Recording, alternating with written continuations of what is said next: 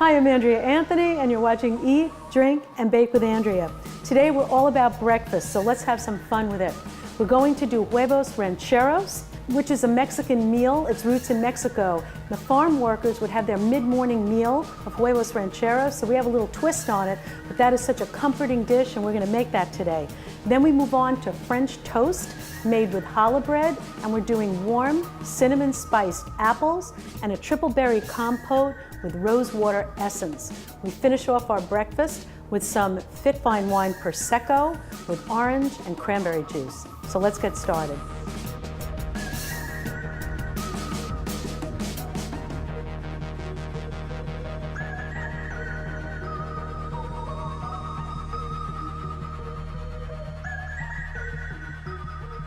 Let's begin with our ingredients. We have a lot of ingredients over here, so let's talk about one by one.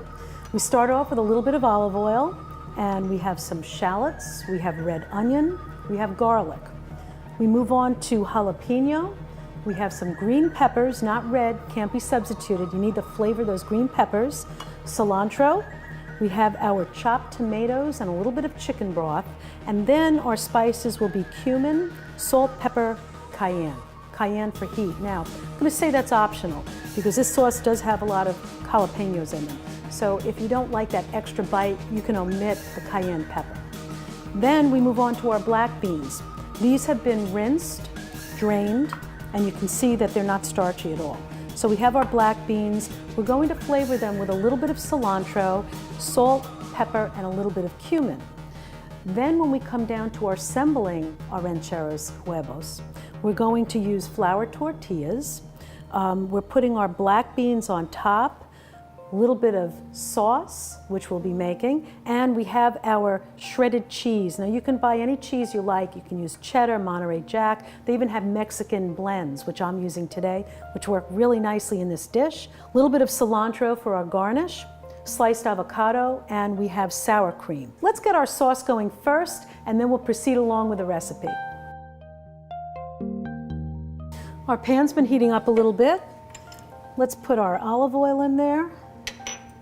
And we're gonna add our crushed garlic. You can hear that sizzling. And the rest of the ingredients, you really can just throw in all together.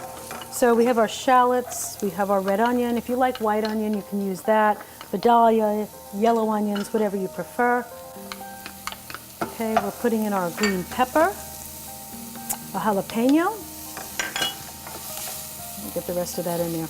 Okay, so let's be on medium flame, and we're going to just toss this around just about 5 minutes until the vegetables are somewhat tender. So we'll get those all coated with our olive oil.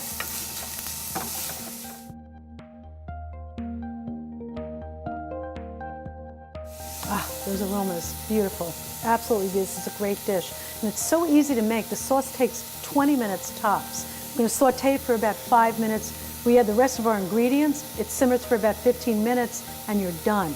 And what I love about it is you probably will have some leftover. You can use it with your chips. If you have nacho chips, you can use it as a dip. You can use it in other dishes. It's just a great sauce, and it has a nice shelf life in the refrigerator. Easy 2 weeks. And of course, it goes great with the dish we're doing today. So well worth making your own. It's just so easy.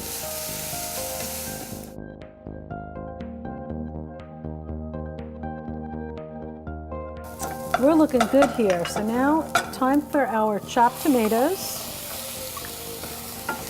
Now, if you didn't have, and I'm using canned, if you didn't have chopped tomatoes and you have puree, that works too. You can use either one. So we're putting in this case, some chopped tomatoes, cilantro, spice. Remember, we had our cumin. I did use the cayenne. We have some salt and pepper. And here comes our chicken stock. All right, so we're all mixed up here. We're gonna bring it up just a little bit to a low boil, and then we're gonna bring it down to a simmer, and we're gonna cook it for 15 minutes, and it's done. This is looking good now. We've been simmering for 15 minutes. Okay, so we're gonna shut our flame now. Now, we need about 1/2 cup of this for our black beans. Okay, so I'm gonna take that out, and then I'm gonna cover it, and we'll move that off to the side. All right, so to start the black beans, get our flame going. Now with the black beans, you pretty much just throw everything in the pan. So there's our black beans. And we're gonna throw in our homemade ranchero sauce. And we have our spices, cilantro. All right, so let's just mix that up. Now all we're doing with this is just warming it up. This doesn't have to cook much. So we're going to do this on a very low flame. Just wanna combine that a bit. Just a couple of minutes on this, and then we're gonna start with our tortillas. Let's get our flour tortillas in the oven. Now, just a word about this recipe. We're only on 325. Lots of times if you order this dish, the flour tortilla is crisp. I like making it where it's warm and soft because when you cut into your dish, you cut into the cheese, the eggs, the tortilla, it's easier to maneuver, it cuts easier. So I keep it on the soft side, not crisp. So that's something to point out in this dish. It's not traditional in that way. I have a little bit of a slant on it. Okay, so now it's time to do our sunny side up eggs, which is a part of the recipe. So while they're warming up, let's get our eggs going. We're gonna use an 8-inch omelet pan. And always a good idea to crack your eggs, not right into the pan, but into something else in case there's any shells. Okay, so let's get that in there. And we're just gonna cover that. Now, when you cover it, we're not trying to condensate back on the eggs. So you need something that's vented, all right? And if you don't have something vented, then just keep a loose top or even tin foil over the eggs. What we're trying to do in effect is get rid of that runny part on the top.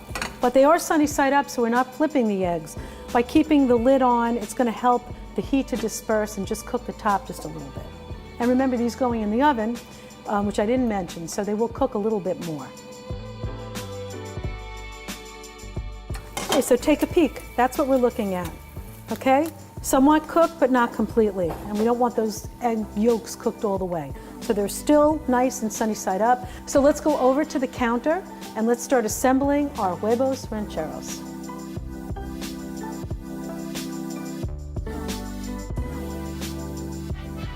Let's go through our ingredients one more time. So we have our sunny side up eggs. We have our flour tortillas. Now again, these aren't crisp, they're nice and warm. So we're gonna start by putting one in our casserole dish. We have our black beans, which didn't have to cook for too long. And we have our homemade ranchero sauce. You can see how beautiful that is. And we have our shredded Mexican cheese. So step one, there we have our tortilla. And we're just gonna put some black beans on the bottom. Okay, I'm gonna add just a little bit of salt. Not much because there's a lot of seasoning in this dish. Okay, and then on goes our sunny side up eggs. And we're gonna take some of our ranchero sauce, right over the top it goes. And then we're finishing off with a ½ cup of shredded Mexican cheese. We're gonna pop this under our broiler until it's all nice and melted and bubbly. Let's check our Huevos Ranchero. Yes, we are looking good.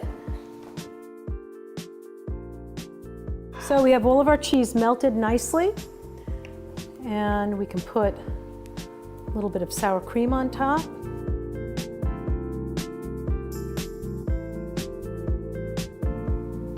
Garnishing with a little avocado, and finishing off with a little bit of chopped fresh cilantro. I always like to keep some extra sauce on the side, just in case.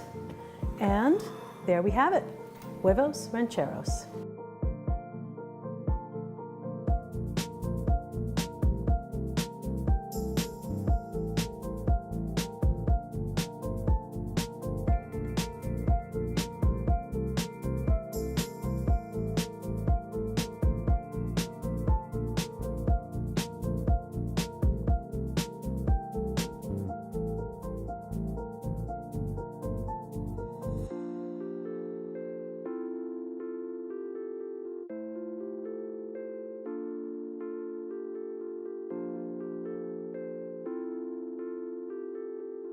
We're ready for our French toast.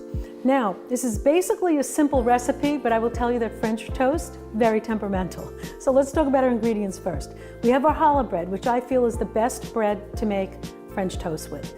Okay, it's moist, it just has the right texture to absorb our custard, which we're going to make, and it's perfect for French toast. Now, we have a little bit of turbinado sugar. We're using a little bit of vanilla and almond extract, a little bit of salt for the body of our custard, which is simply eggs and heavy cream. But the ratio, very, very important. If there's too much cream, it won't come out well. If there are too many eggs, doesn't work. So it has to be the right ratio. So this recipe does all the work for you. All you have to do is mix it all together, soak, and then get it on the stove. All right, and right there we have our apples are ready for us and our triple berry. So once we do our French toast, we'll be ready to go and we'll put our whole dish together. So let's get our eggs going. Now, most important thing, use a whisk, and you really want to make sure that these eggs are well combined. We don't want to see any whites off to the side or any egg yolks that aren't whisked in.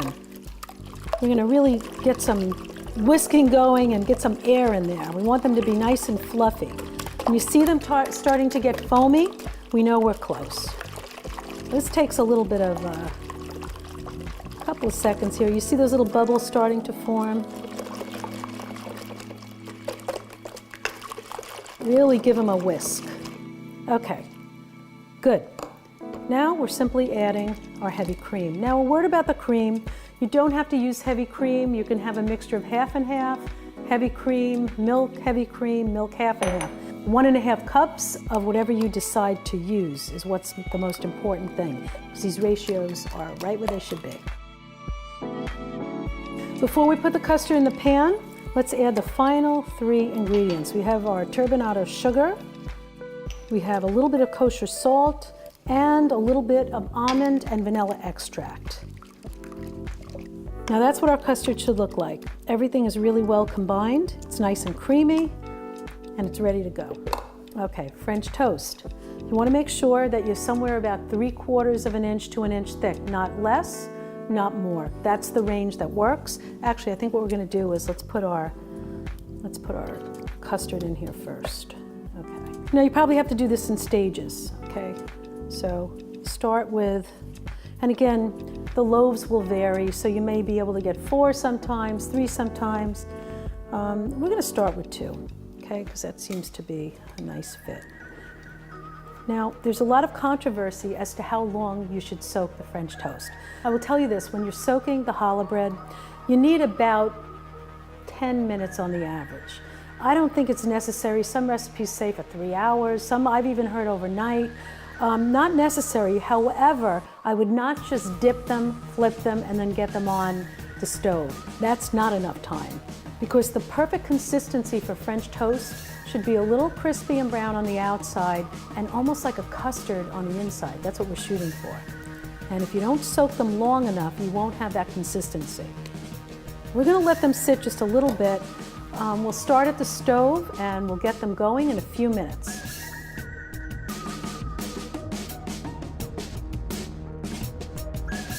Okay, let's just start with a little bit of vegetable oil. Now this is very important for the recipe because you need a really hot pan. We want a nice golden exterior, but if you use just butter, it's going to burn. So get some vegetable oil in there first and then butter after that. You want your pan heated, as I said, so that we get that browning going. You don't want to put it in a pan that's not hot. It's important that we sear these edges. Okay. That's what you should hear, that sizzle, as soon as you put the bread on. There we go. You want that sizzle. Now, this is also critical. You have to keep your eye on your flame. Too little of a flame will not cook it properly, and too high of a flame will brown it too much before the center cooks. So you want about a medium flame, but you have to keep your eyes on the French toast as we maneuver along. And I'm going to say you need about 3 or 4 minutes on either side. But before we flip, we're going to check out the bottom and make sure it's nice and golden. All right, let's give this a check. Okay, we're good to flip.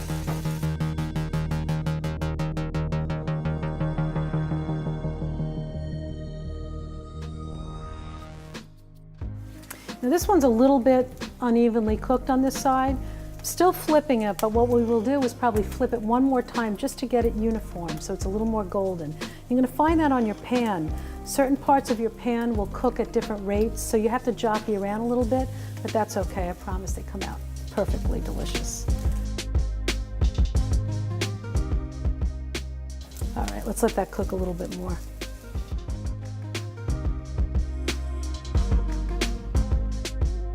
Okay, we're looking done now. They're nice and golden, nice and puffy, so I think we're ready to pull them off. So we have our French toast here. It is finished. Notice the inside is very moist and the outside is nice and golden. We have our Triple Berry Compote. We also have our apples spiced with cinnamon, and the combination is just wonderful. And if you're not into the fruit, you can just have maple syrup, and it's just a perfect dish.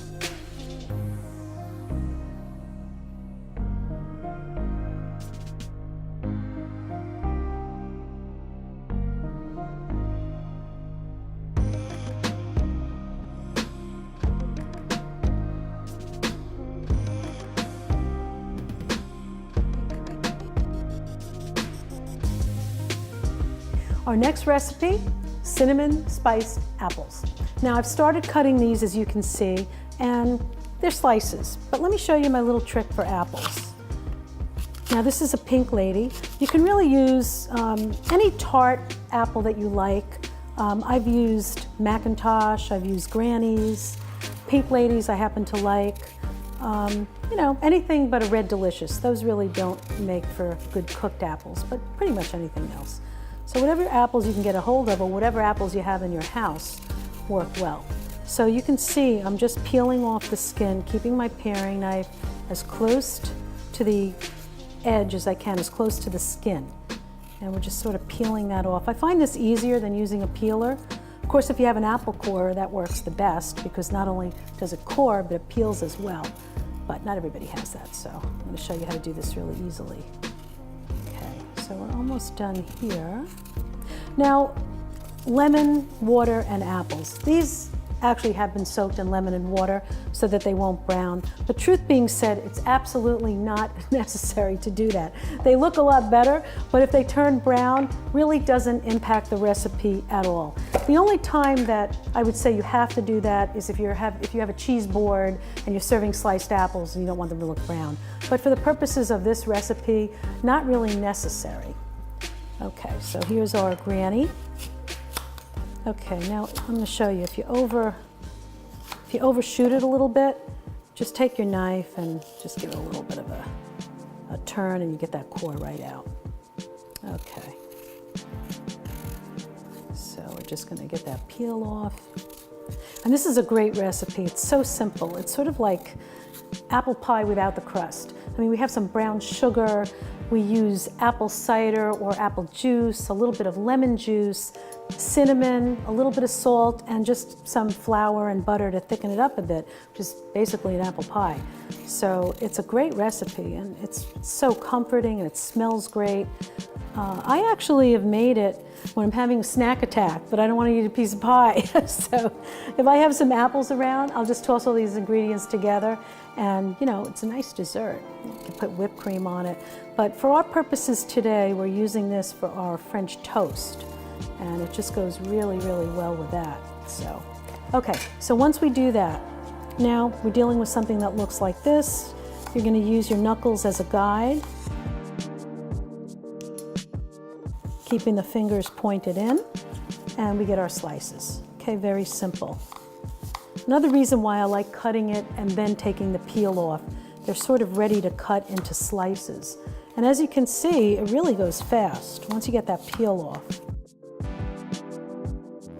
Okay, just slicing like this, making sure that your knife slides off your knuckles and keep your fingers pointed toward you.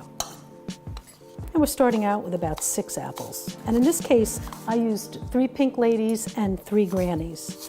But you can use all of one, you can mix them up, doesn't really matter. Okay, and we have just a little bit left here, and that's it.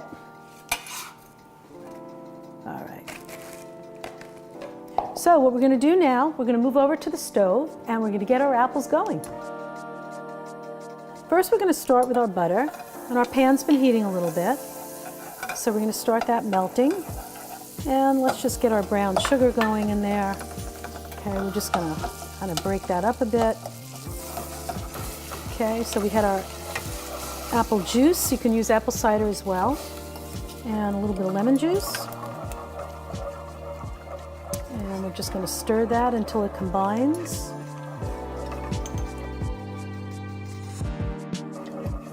Okay, now the apples are going in. Okay, so at this point, let's raise our flame up a little bit. And we're just going to toss. We're not going to put the flour and cinnamon in just yet. Let's put the lid on a little bit. We're going to wait for those to sort of start to cook. They are going to reduce in size, and then we're going to put the rest of our ingredients in. When the apples have reduced about half in size, half volume, then we add the cinnamon and we add the flour. And now we're going to reduce our flame to a simmer, put the cover on, and we're going to let those apples simmer until they're nice, tender, and the sauce around them thickens just a bit. We're starting to get nice and thick, so what I'd like to do is take that top off, and we're going to finish off our apples by letting them just get a little thicker and let some of that steam sort of come out of the apples, and they'll thicken a lot nicer and a lot more quickly. So right now we have about 5 more minutes left, and our apples will be good to go. So we are good to go. We're going to walk over to the island and get them plated up. Here we have our hot cinnamon spiced apples, and you can just see these are just amazing. It really is like an apple pie in a bowl. So we're going to end up putting these on our French toast, but before we get going with that, let's start our Triple Berry Compote.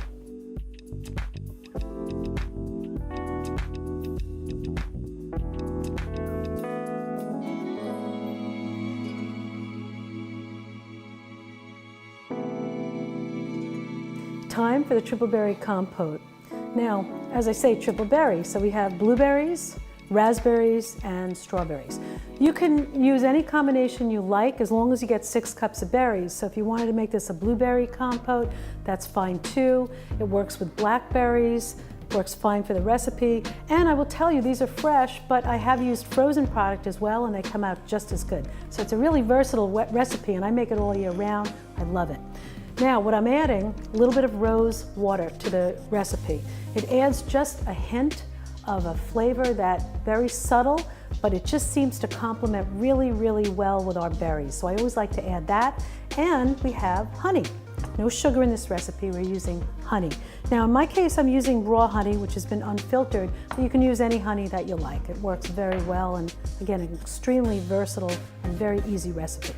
Now, one thing I want to point out, probably not a good idea to wash your berries too far in advance. I like to do that at the last minute, let them drain out a little bit. Raspberries are very porous, they tend to hold the moisture in. Same thing with strawberries.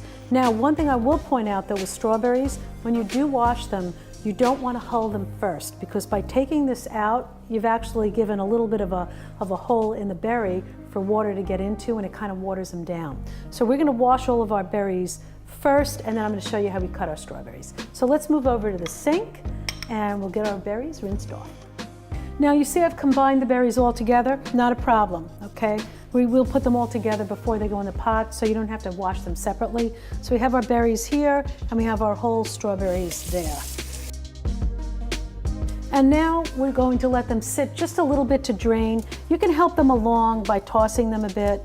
You don't want too much water in there, so try to get some of the water out. I'll even sometimes blot them a little bit with paper towels, just to get some of the excess moisture out. So we'll let them sit for a little bit, and then we'll come back to the island. So our berries are all nice and washed, but here's our strawberries now. So have a little paper towel with you and get some of that excess moisture off. You see these are cut, they're sliced, and there's not a lot of water in them. If you have a huller, these are great because it just takes the center out very easily. So if you look inside here, once the hull is removed, there's an open space. So important to wash them first before the hull is removed. It keeps that water out of there. Okay, so you can cut them lengthwise, crosswise. What's going to happen is when the berries cook, they're all gonna sort of break down. So you won't really notice a shape per se. It also depends on the size of the strawberry. Okay, so the large ones, we can go like this. And we're probably about 1/4 of an inch thick on the cut. Just about like so. All right, so we're looking good on that. That's about 2 cups. All right, we'll leave that one out. Put that in for garnish.